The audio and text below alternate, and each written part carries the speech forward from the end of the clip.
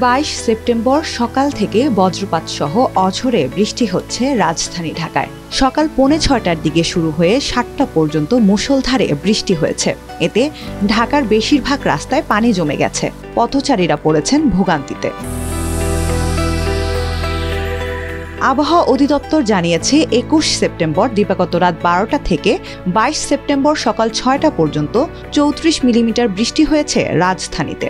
আজ সারাদিন বৃষ্টি হতে পারে বলে জানানো হয়েছে আবহাওয়া অধিদপ্তরের পূর্বাভাসে। সেই সঙ্গে আকাশ মেঘলা থাকতে পারে। আবহাওয়াবিদ মোহাম্মদ শাহিনুল ইসলাম বলেন, উত্তর বঙ্গোপসাগরে ইতোমধ্যে লঘুচাপ সংঘটিত হয়ে যেতে পারে। সম্ভবত এর প্রভাবেই রাজধানী এবং উপকূলীয় অঞ্চলসহ দেশের সর্বত্রই বৃষ্টি হচ্ছে। আবহাওয়া অধিদপ্তরের পূর্বাভাসে জানানো হয়, আগামী 24 সেপ্টেম্বর পূর্ব বঙ্গোপসাগরের একটি লঘুচাপ সৃষ্টি হওয়ার কথা।